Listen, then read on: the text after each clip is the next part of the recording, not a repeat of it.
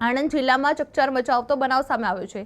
વિદ્યાનગર સ્થિત સ્ટ્રેન્જા લિવિંગ હોસ્ટેલમાં રહેતી ડેહમી આયુર્વેદા કોલેજની એક વિદ્યાર્થીનીએ અગમ્ય કારણોસર આત્મહત્યા કરી હોવાનું સામે આવ્યું છે।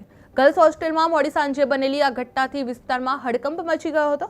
આ ઘટનાની જાણ થતાં પરિવારજનો અને આસપાસના લોકો ઘટનાસ્થળ પર દોડી આવ્યા હતા અને વિદ્યાનગર પોલીસ ઘટનાસ્થળે પહોંચી કાયદેસરની કાર્યવાહી હાથ ધરવામાં આવી હતી અને મૃતદેહને પોસ્ટમોર્ટમ માટે ખસેડવાની તજવીજ હાથ ધરવામાં આવી હતી।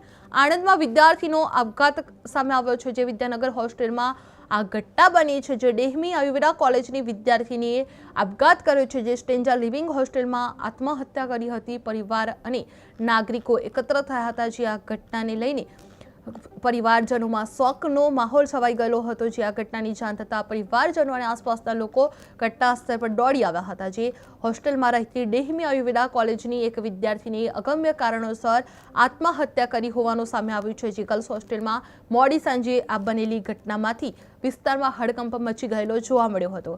આ ઘટનાની જાણ થતાં પરિવારજનો અને આસપાસના લોકો ઘટનાસ્થળ પર દોડી આવ્યા હતા।